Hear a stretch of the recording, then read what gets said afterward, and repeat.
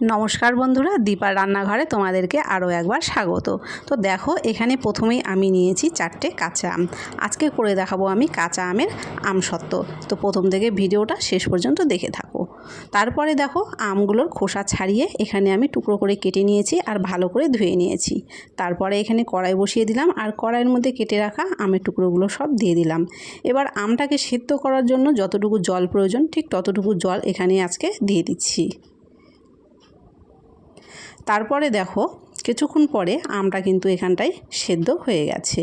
তো এর থেকে বেশি জল প্রয়োজন পড়বে না, যতটুকু জল প্রয়োজন পড়বে সেদ্ধ করার জন্য ততটুকু জল এখানে দিলেই কিন্তু হয়ে যাবে। তারপরে সেদ্ধ করা আমগুলোকে এভাবে খুন্তি দিয়ে ভেঙে দিলাম। তারপরে দিয়ে দিলাম এখানে স্বাদ মতো চিনি, আর তারপরে দিয়ে দিলাম এখানে আরও একটু পরিমাপ মতো জল। তারপরে এগুলোকে আরও খুব ভালো করে এখানে আমি ফুটিয়ে নেব।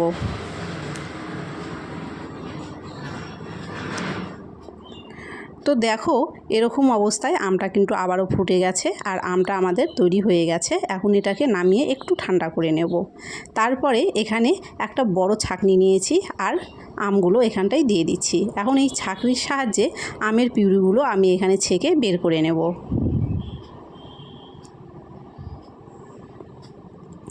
এইভাবে একটা চামচ দিয়ে চেপে চেপে আমি সবটুকু আমের পিউরি কিন্তু এখানে বের করে নিচ্ছি।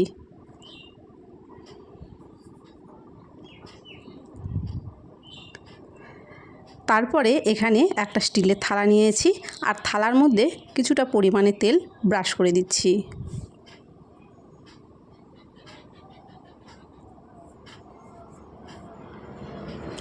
তেলটা পুরো থালাতে দেখো খুব ভালো করে এখানে প্রথমে লাগিয়ে নিতে হবে।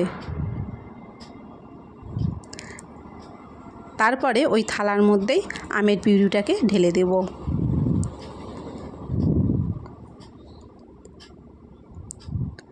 তারপরে গোটা থালাটাতে খুব ভালো করে এটা ছড়িয়ে দেব। এখন একদিন মতো আমি এটাকে রোদে দিয়ে শুকিয়ে নেব। তো দেখো, এখানে একদিন পরে আমি তোমাদেরকে দেখাচ্ছি। একদিন এটাকে আমি রোদে দিয়েছিলাম আর এটা কিন্তু খুব ভালো করে শুকিয়ে গিয়েছে আর খুব ভালো করে সেট হয়ে গেছে। তারপরে এখানে আমি একটা ছুরির সাহায্যে প্রথমে এর চারপাশগুলোকে একটু খুলে নিচ্ছি।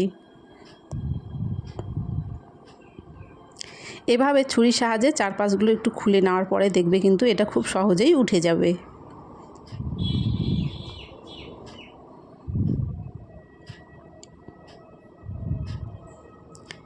এখানে পুরো আমসত্ত্বটা আমি উঠিয়ে নিয়েছি, এখন রোল করে তোমাদেরকে দেখিয়ে দিয়েছি।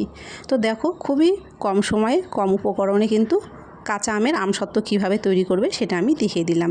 তো কেমন লাগলো ভিডিওটা কমেন্ট করে অবশ্যই জানিও। ভিডিওটিকে অনেক অনেক শেয়ার করে দিও, লাইক করে দিও আর চ্যানেলটিকে কিন্তু অবশ্যই সাবস্ক্রাইব করে দিও।